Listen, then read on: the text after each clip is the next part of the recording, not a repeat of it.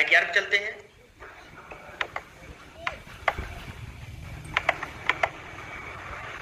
तो आईटीआर के लिए हमने आपको बताया था, सबसे पहले आप income tax e filling Google अपने ब्राउजर में एड्रेस टाइप करेंगे। जैसे एड्रेस टाइप करेंगे आपके सामने इसका होम पेज खुल के आएगा। होम पेज पे आप लॉगिन पे क्लिक करेंगे, या आपने अकाउंट पहले से नहीं बनाया हुआ है तो आप रजिस्टर पे जाएंगे। अगर आपने अकाउंट बनाया हुआ है, पासवर्ड नहीं पता है, तो आप लॉगिन पे जाके फॉरगेट पासवर्ड लिंक पे क्लिक करके आधार ओटीपी या फिर अपने ईमेल आईडी और मोबाइल नंबर से अपने पासवर्ड को रीसेट कर सकते हैं। तो हम चलते हैं, लॉगिन करते हैं। सबसे पहले लॉगिन आईडी हमारी हमेशा पैन नंबर होती है, तो हमने यूजर आईडी में अपना पैन नंबर डाला है और पासवर्ड मुझे अपना पता था, मैंने पासवर्ड डाल दिया। पासवर्ड डालने के बाद कैप्चा कोड डालना है। कैप्चा कोड इसलिए होता है कि हम ह्यूमन है, कोई रोबोट नहीं है। तो कैप्चा है BAPP9Y। हमने कैप्चा को इंसर्ट कर दिया और फिर लॉगिन पर क्लिक किया। जैसे ही लॉगिन पर क्लिक किया तो हमारा होम पेज ओपन हुआ, हमारी प्रोफाइल खुल गई। तो हमारी प्रोफाइल में कुछ टैब्स दिखाई दे रहे हैं, dashboard, my account, e file, e proceeding, ई निवारण, compliance, work list, profile setting, विवाद से विश्वास। तो सबसे पहले हमें क्या करना है, हमें आईटीआर फाइल करना है। तो आईटीआर फाइल करने के लिए हम ई फाइल पे जाएंगे। ई फाइल पे क्लिक करने के बाद इनकम टैक्स रिटर्न हमें भरना है, तो हम इनकम टैक्स रिटर्न पे क्लिक करेंगे। इनकम टैक्स रिटर्न पे जब हम क्लिक करेंगे तो हमें असेसमेंट ईयर सिलेक्ट करना होगा। आप इस बात का विशेष ध्यान देंगे, असेसमेंट ईयर और फाइनेंशियल ईयर दो अलग अलग चीजें हैं। फाइनेंशियल ईयर जो वित्तीय वर्ष होता है उससे एक साल आगे होता है हमारा असेसमेंट ईयर, यानी जिस साल में हम उसका एसेस कर रहे हैं। तो मान लीजिए हमें 2019-20 वित्तीय सत्र का जिसका आईटीआर आप लोगों ने भी भरा है उसका भरना है, तो उसके लिए हम असेसमेंट ईयर लेंगे 2020-21। जो हम सैलरी पर्सन के लिए आईटीआर का फॉर्म होता है वो होता है आईटीआर 1। हम आईटीआर 1 को सिलेक्ट कर लेंगे और फिलिंग टाइप में सिलेक्ट करेंगे ओरिजिनल/रिवाइज्ड। या तो हम ओरिजिनल भर रहे हैं या फिर अगर ओरिजिनल में हमारे कोई गलती हो जाए उसको सही करना है तो हम दोबारा जो भरेंगे उसको बोलेंगे रिवाइज्ड। तो ओरिजिनल या रिवाइज्ड सेलेक्ट कर लेंगे और सबमिशन मोड में prepare and submit online. Prepare and submit online में जब क्लिक करेंगे तो हमारे पास बैंक अकाउंट की डिटेल्स होंगी। अगर पहले से आपने आईटीआर भरा या रिफंड के लिए आपने इनिशिएट किया है तो उसके लिए हम बैंक अकाउंट पे टिक करेंगे और टिक करने के बाद कंटिन्यू कर देंगे।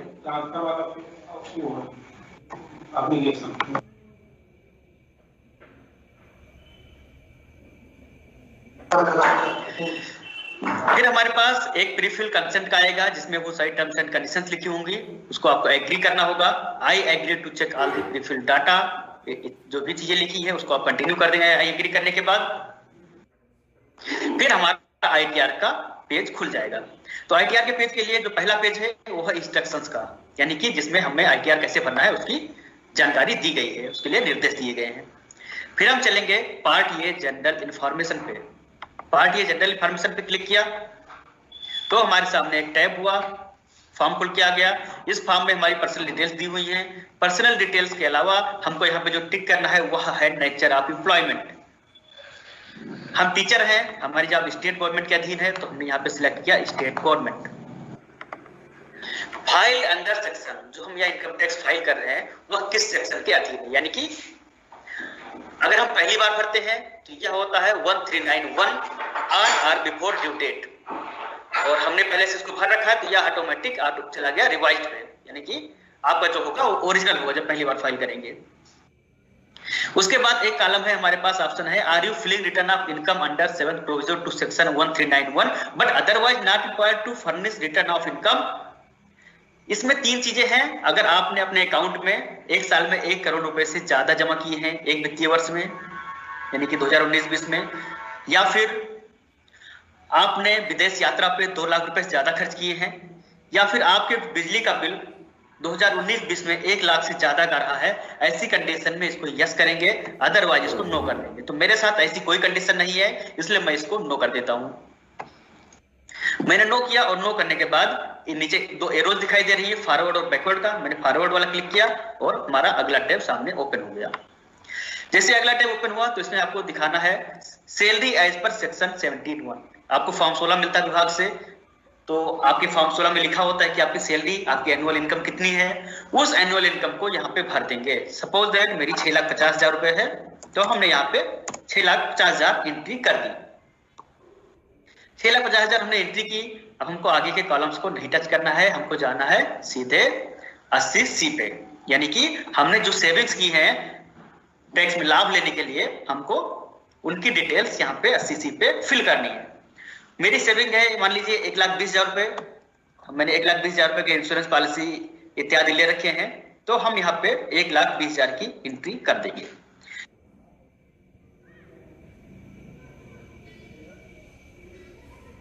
वो है 1,20,000 हमने यहाँ पे फिल कर दिया। इसके अतिरिक्त अगर आपको 80CCC payment in respect pension fund या contribution to pension scheme of central government, इन सब का भी ऑप्शन है। अगर आप इन सब में कोई इन्वेस्टमेंट है आपका,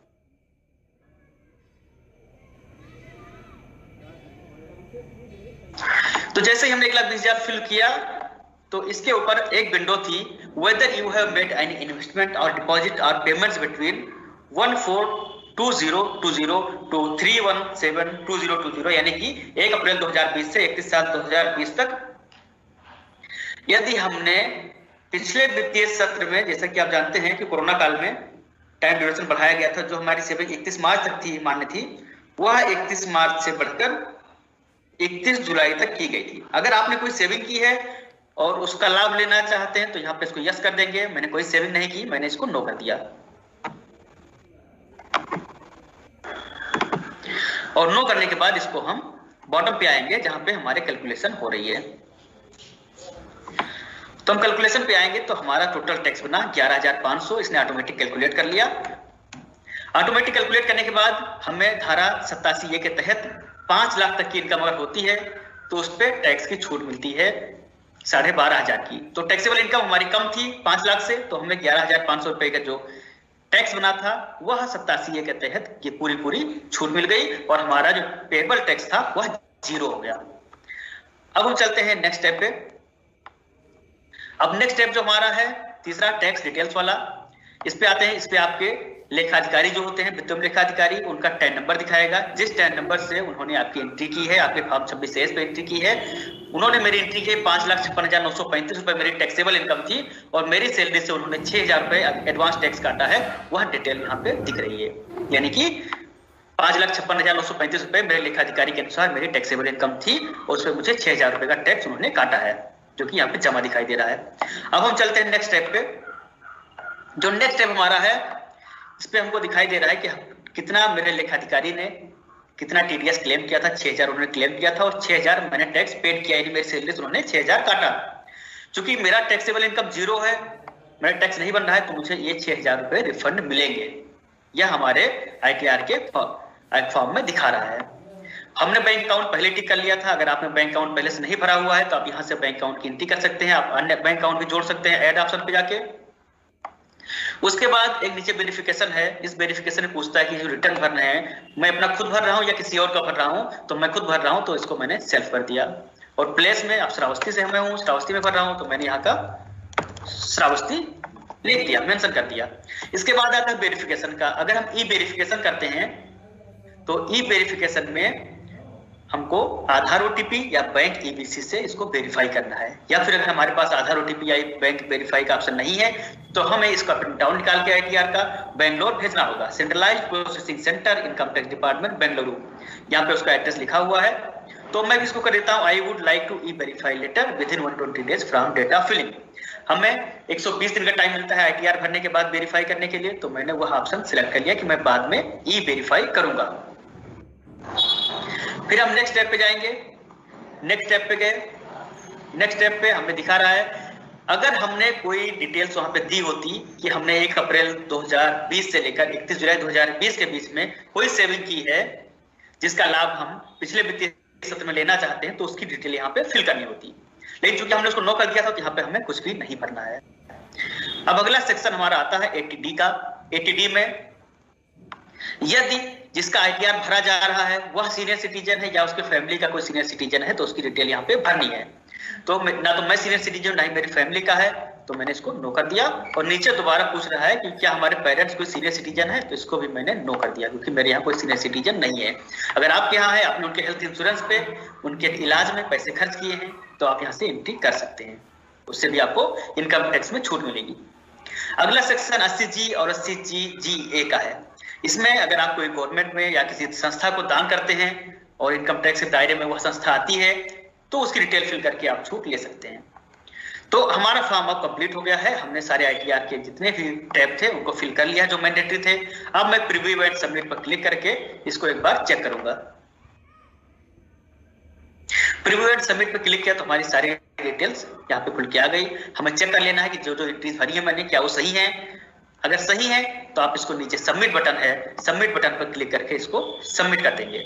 अदरवाइज अगर इसमें कोई गलती है तो आप एडिट में जाके इसको एडिट कर सकते हैं। क्योंकि मेरा आईटीआर पहले भरा हुआ है, मुझे दोबारा रिवाइज नहीं करना है, नहीं भरना है, तो मैं इसको यहाँ से एग्जिट कर सकता हूँ।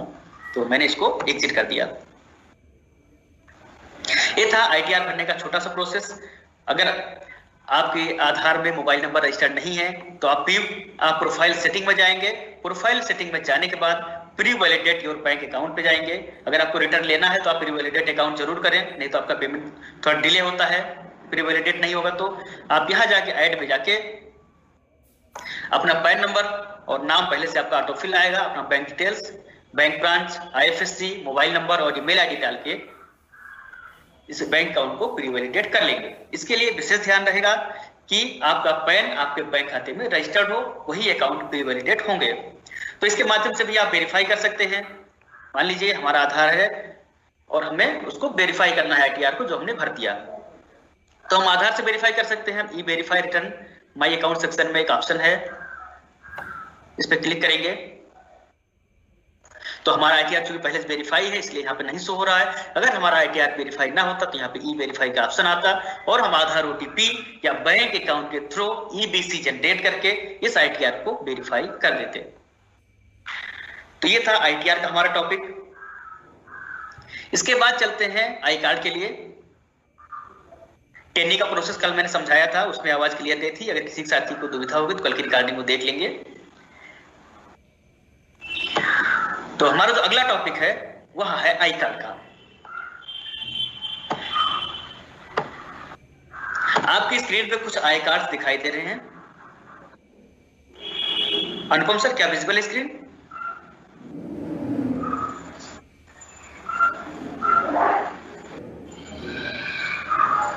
हेलो अनुपम सर। हाँ, आपकी स्क्रीन विजिबल है सर। Okay, thank you. तो आपकी स्क्रीन पे कुछ आई कार्ड्स दिखाई दे रहे हैं जो मैंने डिजाइन किए हैं। अगर आप सोचेंगे ये किस पे बना है तो मैंने इसको माइक्रोसॉफ्ट वर्ड पे बनाया है, जिसका सेशन मैं पहले ले चुका हूँ। माइक्रोसॉफ्ट वर्ड के द्वारा मैंने ये आई कार्ड बनाए हैं।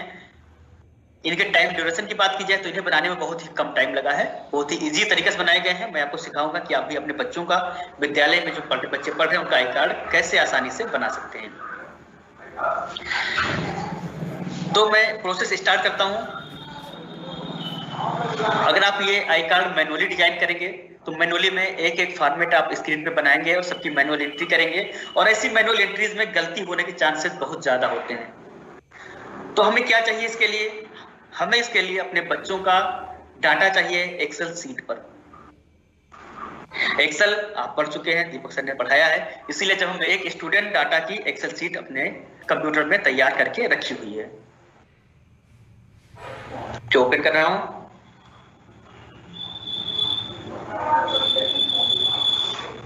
जी हाँ, एक्सेल ओपन हो गई है। तो हमें आई कार्ड में जो जो कॉलम रखने हैं उन कॉलम्स को पहले हेडिंग में डाल लेंगे। Name, father name, roll number, SR number, class और सेक्शन।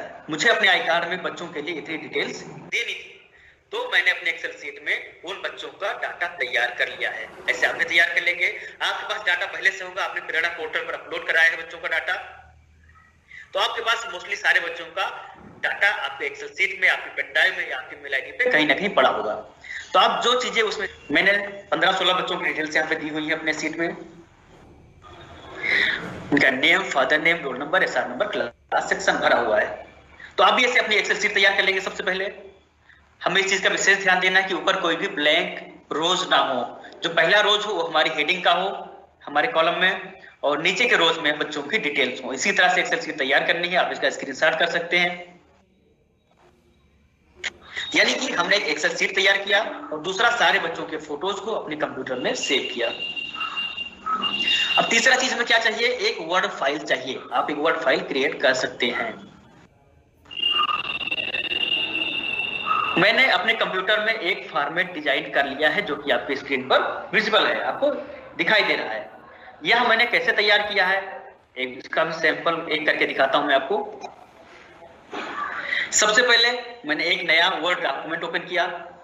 वर्ड डॉक्यूमेंट ओपन करने के बाद हम सबसे पहले इसकी मार्जिन सेट कर लेंगे, मार्जिन इसकी मिनिमम कर देंगे क्योंकि हमें ज्यादा मार्जिन की नीड नहीं है कि साइड में स्पेस बचे।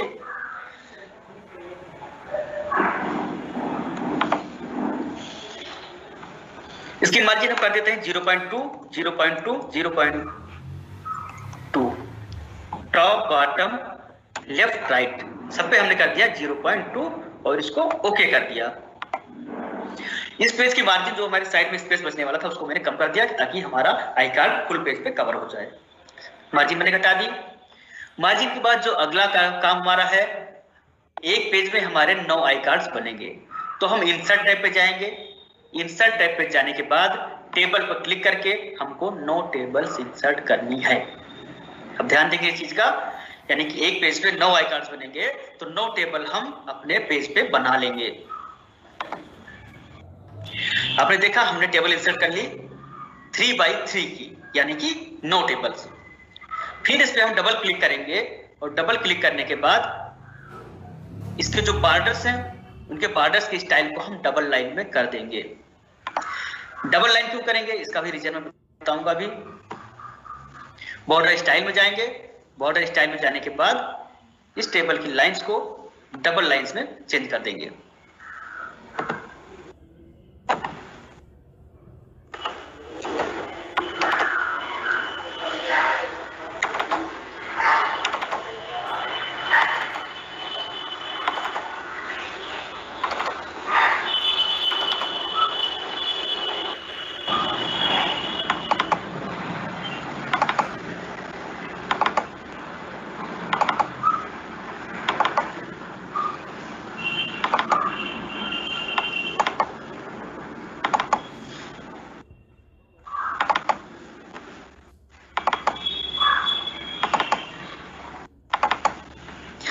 जी हाँ, आप देख सकते हैं कि यानी कि ये बॉर्डर्स डबल लाइन में बन गए हैं। अब हम क्या करेंगे, इनकी विड्थ जो बॉर्डर हमारे हैं बहुत पतले हैं, इनकी विड्थ को बढ़ा देंगे और उसको हम ले लेंगे 3 पॉइंट पर। 3 पॉइंट करने के लिए फिर इसकी मोटाई बढ़ाने के लिए भी सेम प्रोसीजर है। डबल क्लिक करके हर लाइन पे आपको डबल क्लिक करना होगा।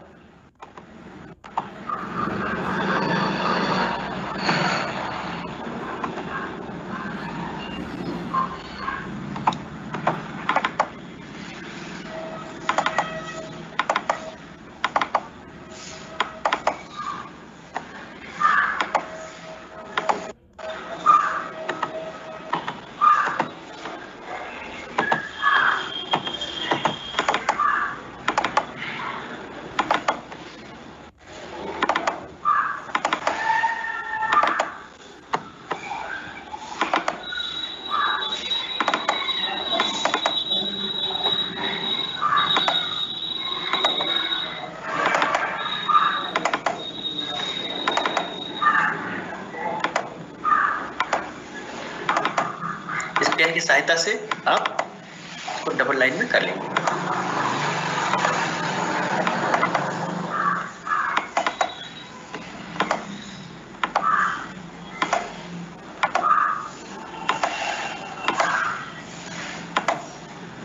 जी हाँ, डबल लाइन पे हो गया। अब डबल लाइन पे होने के बाद अब हमको टेबल की साइज सेट करनी है कि हमारा जो आई कार्ड होगा उसकी साइज क्या होगी। इसके लिए हम क्या करेंगे, टेबल के ऊपर जो एरो है फिर से इस पे क्लिक करेंगे। क्लिक करने से टेबल हमारी सिलेक्ट हो जाएगी। जब टेबल सिलेक्ट होगी फिर हम जाएंगे इसके लेआउट पे। लेआउट पे जाने के बाद हमको इसकी हाइट और इसकी विड्थ डिसाइड करनी है कितना रहेगा। तो मैं इसको कर दे रहा हूँ हाइट 0.4 कर देता हूँ और इसको मैं कर देता हूँ 2.3 और भी बढ़ाया जा सकता है। इसको मैं कर देता हूँ 2.4, इसको भी कर देता हूँ। अब आप देख सकते हैं कि आपके 9 आई कार्ड एक पेज पे एडजस्ट हो जा रहे हैं। ठीक है, यानी कि 9 टेबल्स हमारी स्क्रीन पे आ गई। इसको डबल लाइन मैंने ऐसे इसलिए किया है क्योंकि जब आपका आई कार्ड प्रिंट हो और आई कार्ड को आप जब उसको सीजर से काटें तो आपके आई कार्ड का जो बॉर्डर हो वो ना कटे, जो दूसरा बॉर्डर होगा वो कट के बाहर निकल जाएगा और आपका आई कार्ड पूरे बॉर्डर के साथ कट जाएगा। इसलिए मैंने डबल लाइंस ली है और इसकी विड्थ को मोटा किया है। अब हमें क्या करना है, अपना आई कार्ड डिजाइन करना है। आई कार्ड डिजाइन करने के लिए आप कोई भी डिजाइन ले सकते हैं। मैंने जो लिया है, मैं इंसर्ट में गया, इंसर्ट में जाने के बाद मैंने एक शेप्स लिया, एक रेक्टेंगल शेप मैंने अपने इस बॉक्स में ड्रा कर लिया है। मैंने रेक्टेंगल ड्रा किया ताकि जो आई कार्ड हो थोड़ा कलरफुल दिखे, अच्छा दिखे। अब आप देख रहे हैं कि यह रेक्टेंगल है और जो मैंने लिया था वो बीच में कर्व था, तो इस पर कर्व दे देते हैं। कर्व देने के लिए इसी फॉर्मेट टैब में ही आपको एडिट शेप का ऑप्शन मिल जाता है। एडिट शेप के ऑप्शन से आप इस पर क्लिक करके एडिट पॉइंट्स पे जाएंगे। एडिट पॉइंट्स पे क्लिक करेंगे तो हमारी जो स्क्रीन है, जो इमेज मैंने इंसर्ट की है, उस पे बीच में एक पॉइंट बन के आ रहा है। इसको मैं जिधर चाहूंगा उधर एडजस्ट कर सकता हूं। मैंने बीच से इसको हल्का सा कर्व दे दिया। अब इस डिजाइन में जो कलरफुल है इसको भी डिसाइड कर सकता हूं मैं कौन सा कलर रहेगा। कोई येलो ले सकते हैं, ब्लू ले सकते हैं, ग्रीन ले सकते हैं, रेड ले सकते हैं। मैंने अपने डिजाइन में इसको रेड लिया है। मैंने इसको रेड कर दिया, थोड़ा और लंबा कर देते हैं। अब हम चाहते हैं कि इस पे कोई इफेक्ट आ जाए जो कलरफुल है, तो मैंने उसमें ग्रेडियंट लुक दिया है, यानी बीच में हल्का सा ब्लैक हो, 2 कलर का कॉम्बिनेशन हो। आप अलग अलग टेक्सचर चूज कर सकते हैं। मैंने हल्का सा ग्रेडियंट दे दिया। अब इसमें क्या करना है, मैं अपने स्कूल का नाम लिख दूं, तो उसके लिए राइट क्लिक किया, ऐड टेक्स्ट पे जाके अपने स्कूल का नाम मैंने एंट्री कर दी। अगर मुझे ब्लॉक भी लिखना है तो ब्लॉक एचपी रानी श्रावस्ती मैंने लिख दिया। स्पेस कम कर दें क्योंकि ये हमारे बॉक्स से बाहर निकल रहा है, तो इसके बीच में स्पेस के लिए होम टैब पे जाएंगे।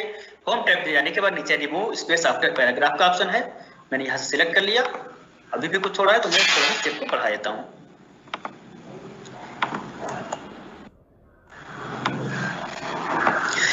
अब आप देख सकते हैं कि ऊपर मैंने इसको ड्रा कर लिया है।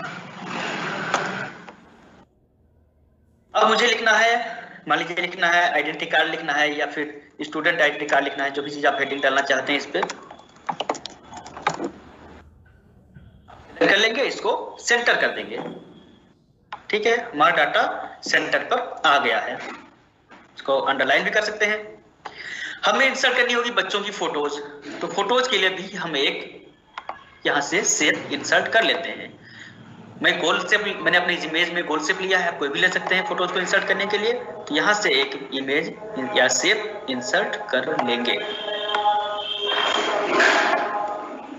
ठीक है, हमारा आई कार्ड तैयार हो रहा है। अब हमें क्या चीजें देनी है, हमें बच्चे का नेम देना है। अंडरलाइन हटा देते हैं, नेम,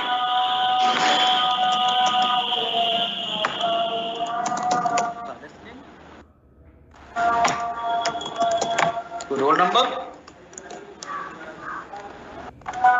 एसआर नंबर। आपको जो जो भी चीजें देनी हो आप यहां से दे सकते हैं। सेम एज इट इज मैंने अपने डिजाइन को तैयार किया था, जो कि आप इससे पहले आपकी स्क्रीन पे था। आप भी ऐसे तैयार कर सकते हैं। नीचे फिर ऑप्शन था सिग्नेचर हेडमास्टर का या फिर सिग्नेचर स्टूडेंट का, तो यहाँ पे आप ऐसे ही सिग्नेचर भी लगा सकते हैं। एक सिग्नेचर पेज पे करके आप फोटो खींच के आप इसको इमेज में अपने आई कार्ड में इंसर्ट कर लेंगे। तो इस तरह से ये इमेज तैयार थी। मैंने अपने सिग्नेचर इंसर्ट कर लिया है इस पेज में। मेरा सिग्नेचर आपको दिख रहा है। मैंने टेबल बनाई है, name, father name, roll number, serial, SR number, class और सेक्शन का। अब मुझे क्या करना है, इसमें बच्चों का डाटा फिल करना है। और कहां से फिल करना है, जो हमारी एक्सेल सीट है उससे। मैंने इसके पेज का कलर भी चेंज किया हुआ है, आप चाहें तो चेंज कर लें, नहीं तो ना चेंज करें। मैंने चेंज कर लिया था। डिजाइन पे जाके पेज कलर में जाके या पेज कलर में जाके आप किसी भी कलर का बैकग्राउंड ले सकते थे, तो हमने दूसरा कलर लिया हुआ है। किसी भी कलर का ले सकते हैं, येलो ले सकते हैं, ग्रीन ले सकते हैं, जैसा जो आपको पसंद हो, जिस तरह का आप बनाना चाहें उस तरह का टेक्सचर आप यहाँ से ले सकते हैं। तो ठीक है, अब हमें इंसर्ट करना है नेम। तो नेम के लिए फिर हम जो एमएस वर्ड में हमने सीखा था मेल मर्ज का कमांड, हम मेल मर्ज के लिए इस पे जाएंगे मेलिंग स्टेप पे। तो मेलिंग स्टेप पे मैंने क्लिक किया और मुझे स्टार्ट करना है मेल मर्ज। जैसा कि आपने इससे पहले सीखा था, जो मेल मर्जिंग सीखी थी वह था लेटर के लिए, यानी कि हम लेटर बना रहे थे।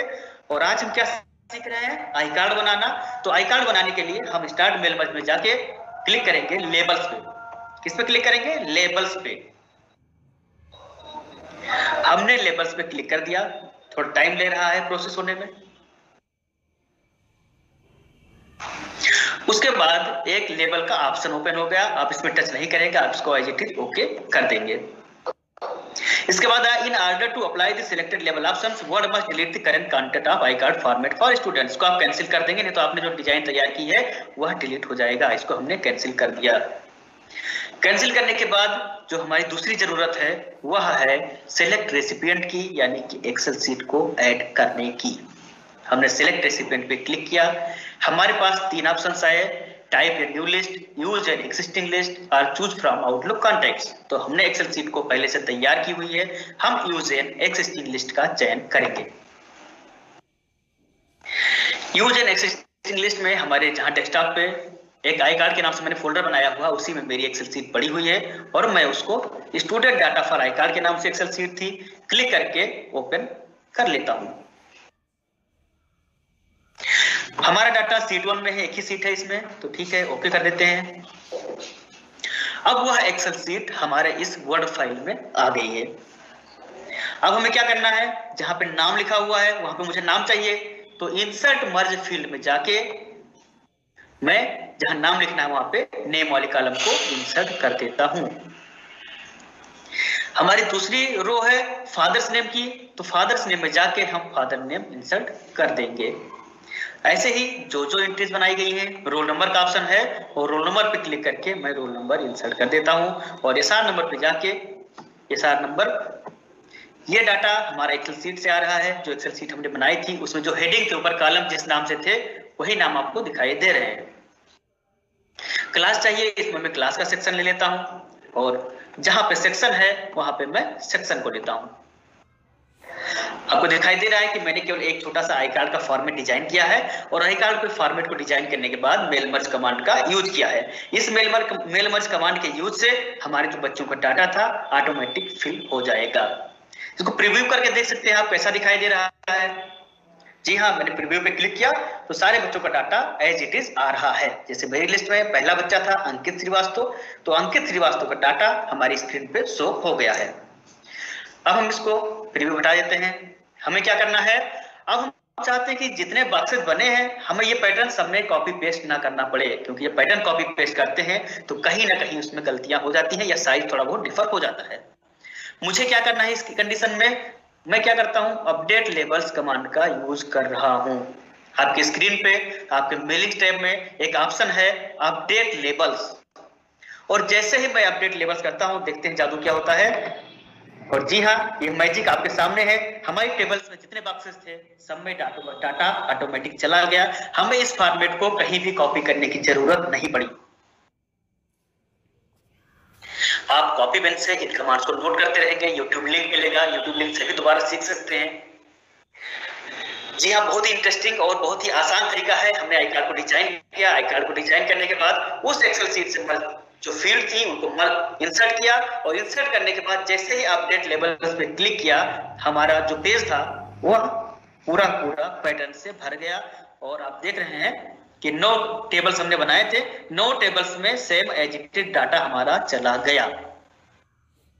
प्रीव्यू रिजल्ट्स पे चेक कर सकते हैं अब क्या आ रहा है। प्रीव्यू रिजल्ट पे जैसे ही मैंने क्लिक किया तो मेरे सामने जो पहला आई कार्ड है वो अंकित श्रीवास्तव का दिखाई दे रहा है, दूसरा आई कार्ड पारितोष का दिखाई दे रहा है, तीसरा आई कार्ड शिवाली जायसवाल का दिखाई दे रहा है, चौथा आई कार्ड नितिन पांडे का दिखाई दे रहा है, पांचवा अनुपम चौधरी का। यानी हमारी एक्सेल सीट में जैसे जिसका डाटा जिस क्रम में था हमारा सारा आई कार्ड अपने आप जनरेट हो गया है। अब हमें जाना है फिनिश एंड मर्ज पे। फिनिश एंड मर्ज पे क्लिक करेंगे और एडिट इंडिविजुअल डॉक्यूमेंट का ऑप्शन प्रयोग करेंगे। आई कार्ड को सिलेक्ट किया और ओके कर दिया।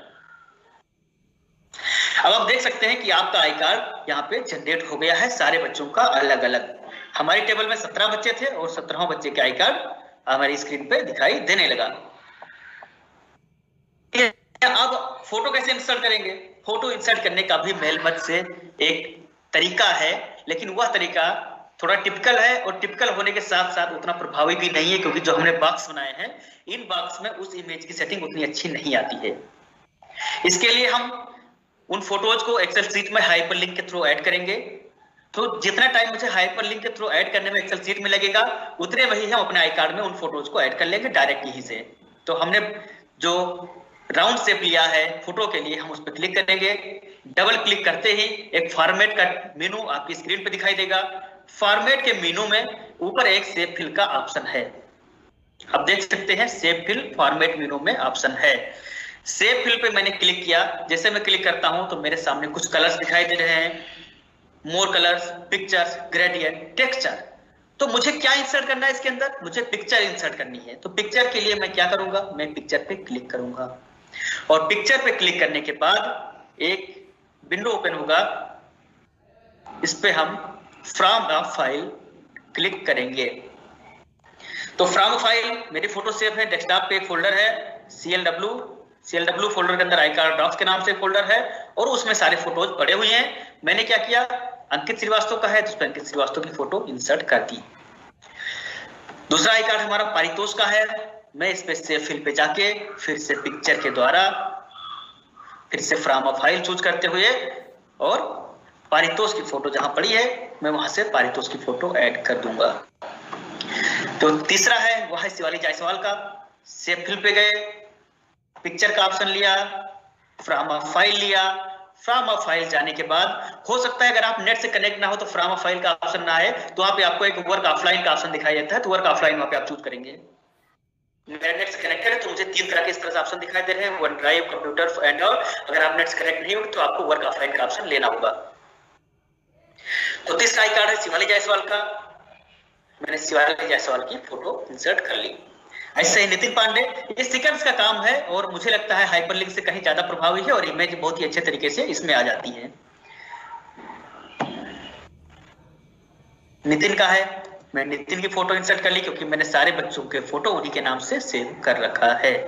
आप इस तरह सेव कर लेंगे। अनुपम चौधरी की भी इंसर्ट कर लेंगे।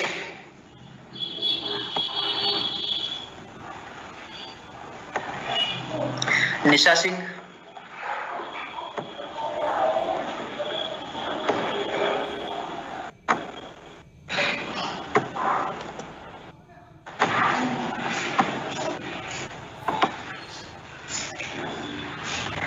अनीता विश्वकर्मा। ऐसे हम एक एक करके सारे बच्चों की फोटोज डायरेक्ट इंसर्ट कर लेंगे। ये बहुत ही प्रभावी और सिंपल तरीका है। अगर आप हाइपरलिंक से ऐड करेंगे तो हाइपरलिंक के लिए आपको अपने एक्सेल शीट में एक फोटो का कॉलम एक्स्ट्रा देना होगा और फोटो का कॉलम एक्स्ट्रा देखिए आप उसमें फोटोज, सभी फोटोज के हाइपरलिंक ऐड करेंगे। हाइपरलिंक ऐड करने के बाद उसमें आप रिप्लेस में जाएंगे, एक फॉरवर्ड स्लैश रहेगा उसको डबल फॉरवर्ड स्लैश करना होगा। उसके बाद इस बॉक्स में जो फोटो के लिए हमने बॉक्स सेलेक्ट किया है, शेप बनाया है, उस शेप में एक कोड लिखना होगा। कंट्रोल के साथ अपना प्रेस करके इंक्लूड पिक्चर और हमें फिर वह फोटो वाली फील्ड मर्ज करनी होगी। थोड़ा टिपिकल है और फोटो का साइज अच्छा नहीं आएगा, इसलिए आप डायरेक्ट फोटो यहीं से इंसर्ट करेंगे, ये बेटर तरीका है। और मुझे उम्मीद है कि आप सभी ने सीखा होगा। इसके रिगार्डिंग अगर कोई क्वेरी होगी तो आप टेलीग्राम ग्रुप है, व्हाट्सएप ग्रुप है, उसे पूछ सकते हैं। मेरे द्वारा सारी क्वेरीज का सॉल्यूशन देने का प्रयास किया जाएगा। आप सबने आज 2.5 घंटे का टाइम दिया, इसके लिए आप सभी को बहुत बहुत धन्यवाद।